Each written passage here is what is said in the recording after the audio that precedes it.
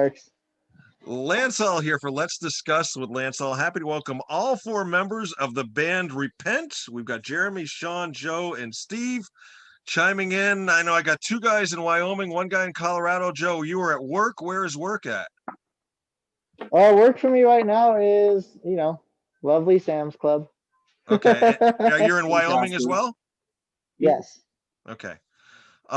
So I'll just sort of throw out some general questions, and whoever wants to chime in can chime in, and I'll let you guys fight that out on this, and then I'll try and ask like some singular questions as well.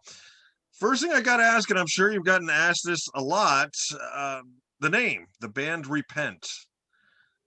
Where did that come from? It's just a cool name. The actual band name Repent was taken by like four other bands, and one of them is still putting out albums like as late as 2013. Okay. And when you Google Repent, it doesn't come up with anything related to a heavy metal band. So it's the band Repent, and that's what we're just here hanging out, having fun. Cool. That's what I wondered, if you hadn't run into some sort of like trademark or whatever. And you know what I should do is I should let each of you give your names and your role in the band. That way everybody can distinguish voices. I mean, I know, Jeremy, that was you because I can see it, but let's distinguish it for the listener as well. So whoever wants to go first can go first, and then we'll go back to questions. Okay, I'm Jeremy. I do vocals and play rhythm guitar. I'm Steve Thomas. I play lead guitar. I'm Shawn Hill, and I play drums. I'm Joseph Rodriguez. I play bass and handle the mixing. All right. And of course, your new single just came out for War, came out a few weeks ago. And Joe, I understand you had a big role in going to the National Archives and getting all those images that went along with the song for the video, which I thought were fantastic. That must have been really time consuming. Oh man, there is not only is the videos that you download from the National Archives hours long of, promotional films they show at movie theaters back in the 40s, but to find those to begin with on the National Archives was a feat in and of itself. So there was a lot of time spent with that. And there's a lot of footage too. I mean, we ended up with more footage than we ended up needing. Yeah. Any of the other guys help you out with that, or were you on your own with that? So I did a lot on my own. The job that I have gives me a lot of free time, essentially, so I can kind of just surf the web on my computer most of the day. So finding the actual links and everything that's what I did up whenever I had time. But all of us actually, I mean, besides Steve, because Steve was up in Colorado or down in Colorado, but we all sat there and kind of combed through the different footage and what we wanted to use where, and it was a good team effort. Cool. Now, Steve, I got to ask this. Bear in mind with me, I'm in Vermont, so I'm trying to picture the map here. You're in Colorado. The rest of the guys are in Wyoming. Are you in fairly close proximity to the rest of the guys? It's like a 3-hour drive north, 3.5-hour drive north. Okay. But I'll be moving back to Casper, Wyoming on the 27th. Anyway, so I just got out of town for a bit, came and worked down here for a while. Enjoyed the perks of legal marijuana and all that. Okay, there you go. Hey, so, but I'll be heading back to jam with the guys. Cool. Now, Jeremy, you and Shawn actually started the band back in 2019, just the two of you, correct? Correct. Yep. And I take it you guys were were friends, or did it just sort of happen that you fell into it, or what happened? Well, I'll let you tell the story, Jeremy. I moved here from Kansas, where I'm from, because I started an online company that promotes bands and books concerts and things like that. And it ironically blew up in Casper, Wyoming. And wow. So I came here to start that and promoted everyone else's bands for about 2 years. And Shawn and I kind of happened by accident. I went through a bunch of shit. And then when I came out of that mess, Shawn and I jammed one time, and it just really set in. It was a powerful experience, and we knew we had something, and we dedicated ourselves to it. Kind of said fuck everyone and everything, and dedicated ourselves. When we got Steve, my guitar playing had to improve immediately. And then when we got Joe's just an absolute genius about how he does stuff. And this is the Genius, asshole, they're the same thing. yeah, yeah, Joe can be straightforward about what he wants. And I was going to comment on that too. There was so much footage that we left out of that 6-minute video that we actually had stored, but it could have been way more violent than what it was. But with respect to the veterans and the military, we didn't want to take it all the way there. But combing through the National Archives was a real intense thing to do. And we actually spent about 5 weeks on that video creating Yeah, it very surreal. by itself. No, it is. It's an awesome video. And I love the Churchill opening. You know, of course, the first thing I thought of was the Maiden live after death. But you think about it. What's that, Shawn? No, I was just laughing. Oh, okay. But you think there's probably a generation of kids out there, maybe even two, that have never heard that. Yeah, So in a way, you're kind of bringing it back, which I thought was great. yeah, which was completely by accident. We just put it in there, thought it sounded cool, and then a few days later remembered, oh yeah. And I just decided to keep it. Yeah. Hopefully Iron Maiden doesn't sue us. Yeah. Yeah, it was the one thing that slipped their mind that after we put the song out, people were like, "Oh, hey, that's the beginning of Maiden." I was like, "Oh, yeah, that's right. That's where I heard that from." Yeah, I was waiting for the riff to Ace's High to come in, Yeah. But no, I mean, like I said, there's probably at least 2 generations of kids now who may have, never heard that. So it's great. Get it back Yeah, out and I there. mean, I grew up on Iron Maiden and just metal in general. My mom was always a big hair metal person, and my dad was always power metal. So, best of both worlds, I guess. Cool. Now I read with War, you recorded and mixed it yourselves. I'm not sure where to go with this. So I'll go back to Jeremy for a second. Did any of you have recording and mixing experience at all, or is this something you picked up along the way? Joe handles that real good. Joe does? Yeah. The rest of us before Joe, we didn't. I'll tell you this, it was very expensive to do that because we had to buy the programs and then install them on Joe's laptop, which actually almost blew up Joe's laptop because there were so many gigabytes that had to be downloaded just so we could do all this stuff that Joe has no fucking room left on his computer for anything else. Solid state drives for the win. Can't even surf Pornhub anymore, right, Joe? I mean, it's still a solid state. It still runs. Right. Now Find a way. Now, Joe, going in, did you have recording and mixing experience? Yes and no. So nothing professional. The only experience I really had coming in is I was in high school and middle school. I was always a huge fan of using GarageBand. So I got learning on GarageBand pretty well, and enough to do a little bit. But it's really when we got Logic and I kind of set my mind to learning it that, I mean, I'm still learning and I'm still going. And our next single is going to sound even better. And it's just a cool experience too. I know a lot of people who are, who they mix and they master and they've been doing it for a long time. I have people in my family that do that. And I take advice from them on a lot of things. So, I mean, it was kind of learn as you go, but also practice as you learn. Sure. Absolutely. The more you do it, the better you get, Yep. I put in as much time as possible with different genres, just learning how to mix and how to get them. And I'm an old school thrash guy. So when I was doing War, I really wanted to make it just loud and thrashy, up in your face and just up front. Cool stuff. Steve, you've been kind of out in the cold here, so I'm going to reflect off Jeremy's comment about when you joined the band, his guitar playing had to pick up. Were you like a guy that was self-taught, take lessons, anything like that? Influences? Well, yeah, but I was pretty much self-taught. I was grounded a lot when I was a kid. But the thing, my parents never took away my guitar. My dad was a guitarist too, so he always, wanted me playing constantly. And I mean, thrash is kind of a weird genre for me to be into. I'm more of like a metalcore, deathcore kind of guy. Okay. So I grew up playing like a lot of Lamb of God, Killswitch Engage, stuff like that. So I do a lot of like fast speed picking, alternate picking, a lot of sweet, I like shred, like quick. Losing you a little bit, Steve. But You're not quite as loud as you were. Yeah, I think your mic is muffled. How's that?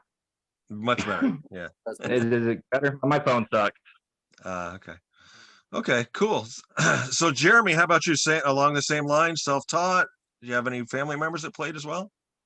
No, my uncle got me my first guitar when I was 16, and it was an acoustic guitar, and I was very thankful for it, but it just wasn't doing the things that I wanted. And then I haven't really gotten any lessons. I've learned how to read tab, and then started playing some of the Metallica riffs, things like that. That when I was 18 years old, 20 years old, that really helped a lot. But a lot of the stuff when I'm writing, it just kind of comes naturally because it has to follow the vocal pattern too. So it has to. I got two jobs and they both have to match. It's really super hard to get them to do that. Yeah, definitely. Shawn, how about you with the drums? Oh, I'm all self-taught as well. Yeah. Tell me about this first live show where you blew your bass drum out on the first song. Oh yeah, that was a shitty situation, man. That was like, I think it was our second show ever, and it was just Joe wasn't even in the band yet. Yeah, it's those three. Yeah. What, you just got a little rambunctious, or? I think my head was just absolutely destroyed. It was not, I should not have been using that head. I should have changed it a long time ago, but I kept it going because I'm a broke musician, as we all are. Yeah, yeah. But so, and I let it go too far, but luckily one of the other drummers who was on the bill let me use his bass drum, got through the set, and was good. Nice. Joe, how about you with bass and everything? We talked about your recording stuff. Self-taught on bass as well. Did you learn any from anybody, or? So with bass, I was self-taught, but I mean, I've been doing music since I was 5 years old. I learned how to read and play treble clef, bass clef, a couple variety of different instruments. So when I picked up a guitar and then ended up on bass, it just kind of came naturally, I guess. Yeah, cool. I mean, And I can, which is good. yeah, I understand theory enough where I can pick up the basics of each instrument, and I'm not gonna be no like Bach or nothing, but at least I know the basics of quite a few. Sure, absolutely. Jeremy, I want to go back to you for just a second. I'm looking at my notes I made here, and on War, you talked about, writing the vocal and the melodies and everything. And that was one thing I noticed in that song. The first part, I don't want to say there's a melodic element to it. Then you kind of go total like machine gun like thrash that I picked up on. And like you say, that's got to be kind of hard, not only to write, but then to do in the same song. Same thing with 1,000 Years. You got to get a timing change in there. Kind of complex. That's awesome. I appreciate you picking up on that.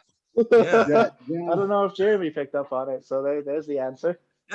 No. Fun fact about that is that song was written in 1999, and Wow. it's older than our drummer. And back then, I was in a band in Jacksonville, Florida, when me and this other guitar player were coming up with stuff, and I was actually playing bass guitar in the band at that time. And when the riffs came out for that, there was a couple riffs that always stood by me in that song, but it was a completely different song. And that band broke up and everything, and nothing ever happened. But I built the rest of that song off of those, and it's actually kind of a whole story about what would happen if a person succumbed to mental instability, and then we turn it into physical instability as well. And it's great timing to be released at this time in our world. Yeah, definitely. Now, do you do the bulk of the writing, or do the other guys bring in, say to Steve, bring in a riff, or Shawn bring in a drum part, or Joe with a bass or something like that, or are you doing the bulk of it? For that song, yeah, those guys are at liberty to do whatever they want to with the songs. But the next song that we have releasing here real soon, maybe within a few weeks, the next song that we have releasing was a collaborative effort between all of us. That's going to really showcase some different styles and us coming together. This song was written a long time ago and already had the things, but the next song that we have coming out is going to really showcase what we can do as Eat. Cool. Now I've read about an EP, Written in Blood, coming out at some point. Yeah, Yes. at some point. Okay. Hopefully here in a couple months. Yeah. Yeah, that's they're all. at least. Yeah, it's all pretty much there. It's just, sorting through, getting them all lined up, and the dirty, grimy work and everything. So, about a month, 2 or 3. I mean, 3 at the latest. Honestly, is my timeline.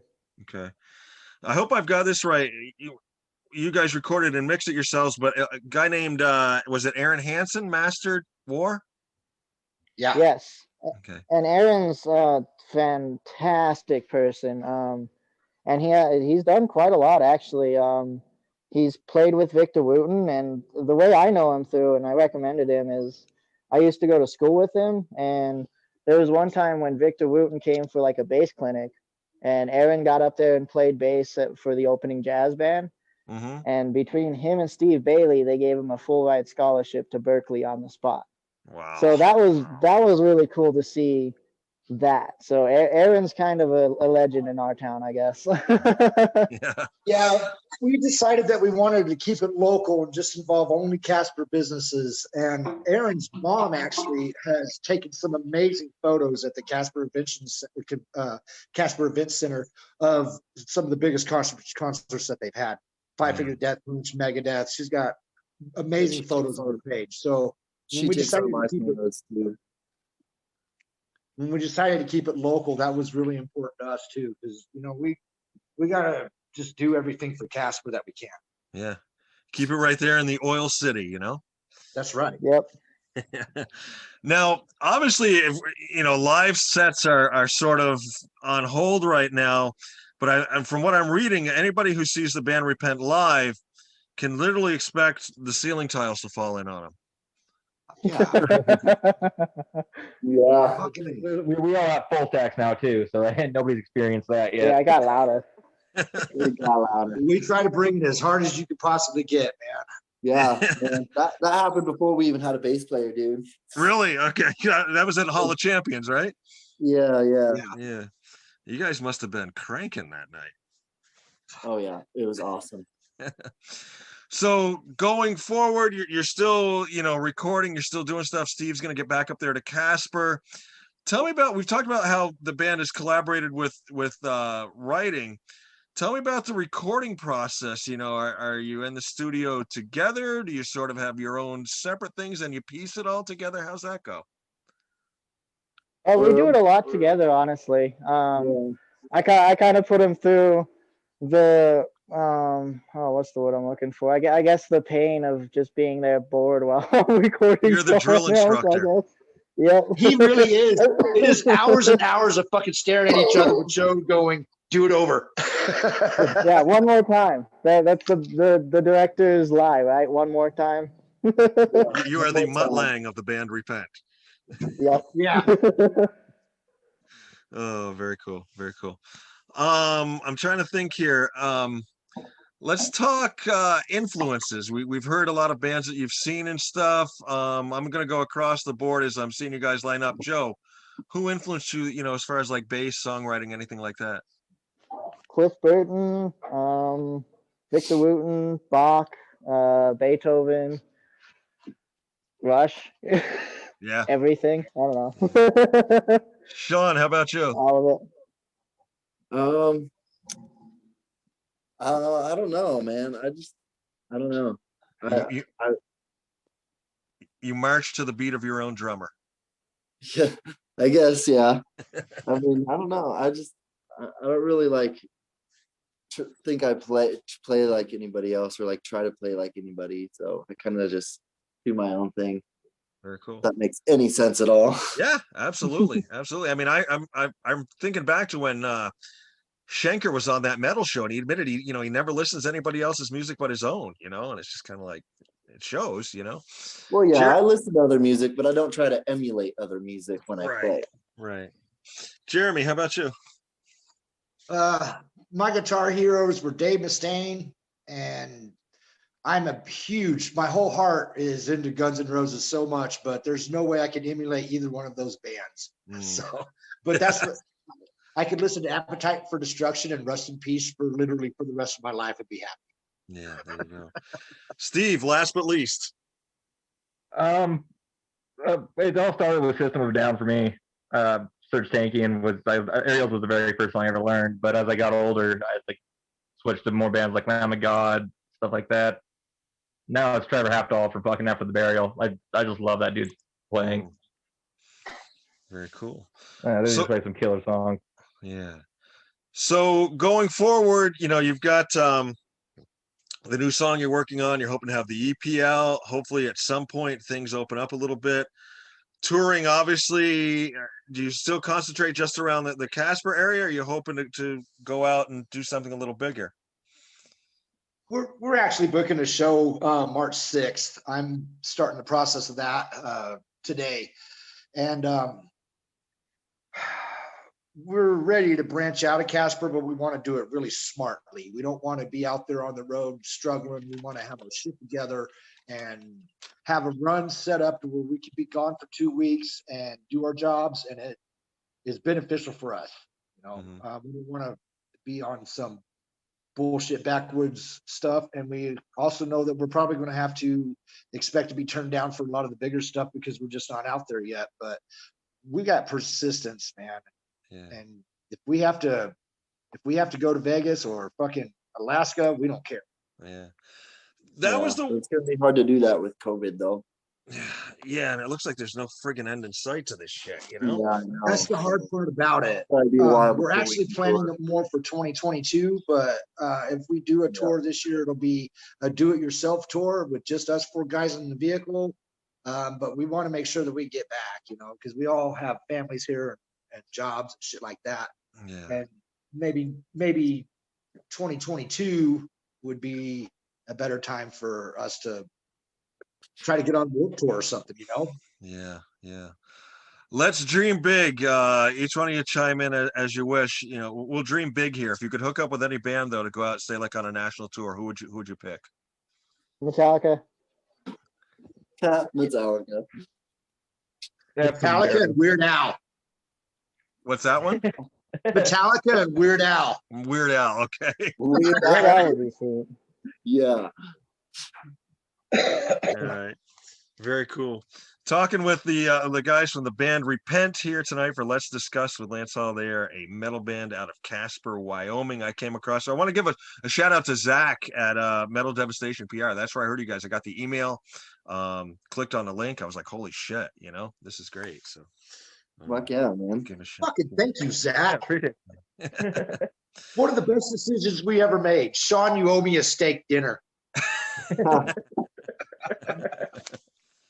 right. I always like to end interviews with just some fun questions, silly questions. I'm hoping these maybe are even questions you've never been asked before.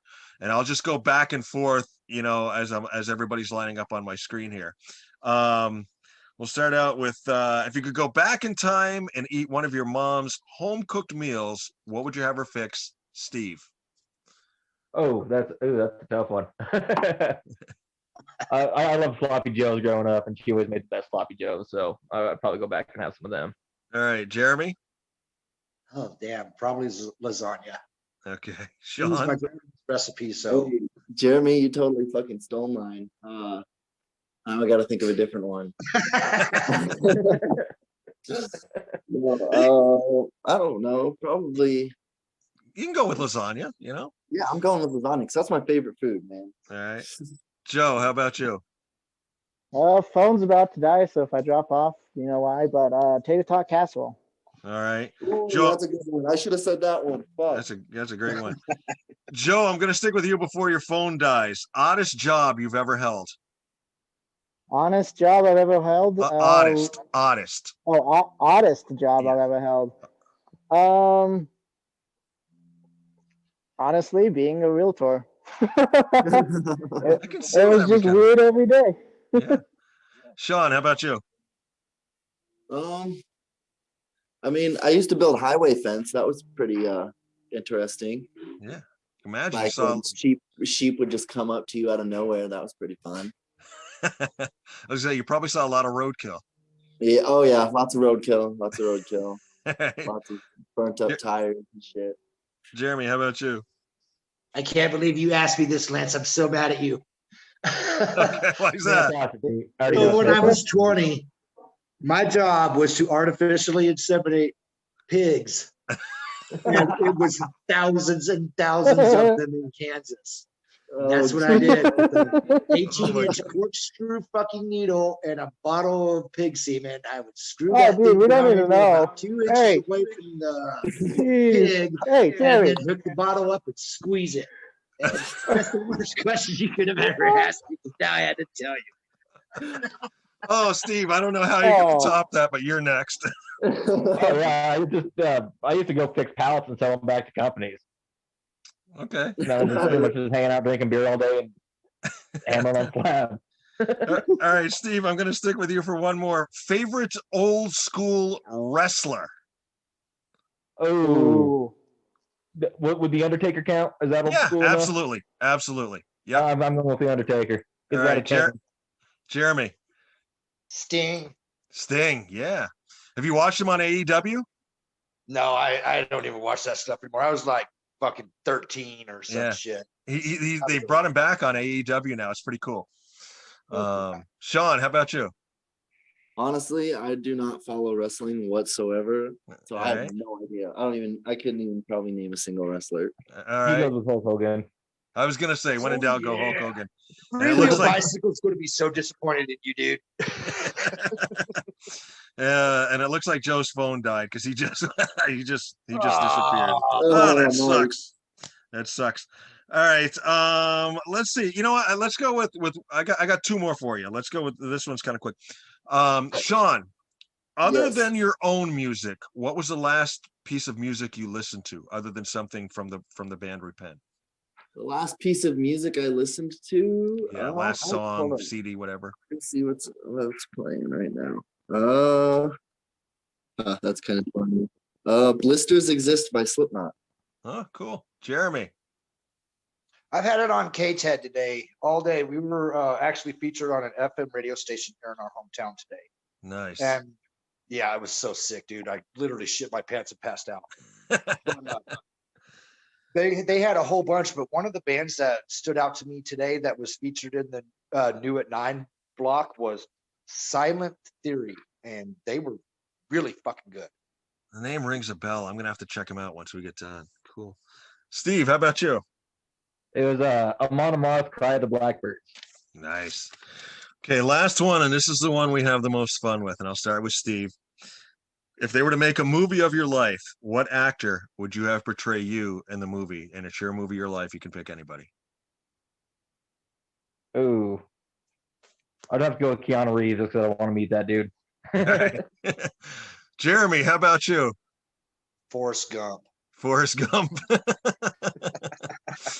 I tell you, we talked about this off air briefly before we started recording. If he was still around, the guy I would pick to play you would be Captain Phil from Deadliest Catch. You sound just like him. Shawn, how about you? Oh, what was the question again? I'm sorry. If they were to make a movie of your life, what actor would you have portray you in the movie? Ashton Kutcher. Cool. All right. Well, gentlemen, I wish you much luck and success in the future. Keep things going. I'm looking forward to the new music that'll be coming out. I can't wait for the next song and the video and the EP and everything. Hopefully this COVID stuff goes away and just keep out there doing it. You know, that's about all we can do right now. Keep pushing. Yeah, keep the grind going. Sure. Absolutely. We Thank you very much. Appreciate you, Lance. This was a really cool interview, man. Thank you. Yeah, for sure, man. Thanks for having us. Absolutely. I like to have a little fun while we're doing it. Just step back and shoot the shit and find a little bit about each other, you know? Fuck yeah, man. I really appreciate you, bud. All right. Take care, guys. And like I said, we'll look for that next track soon. Sounds Yes, good, sir. man. Have a good rest of your night. You too. Yeah, take it easy. Bye-bye.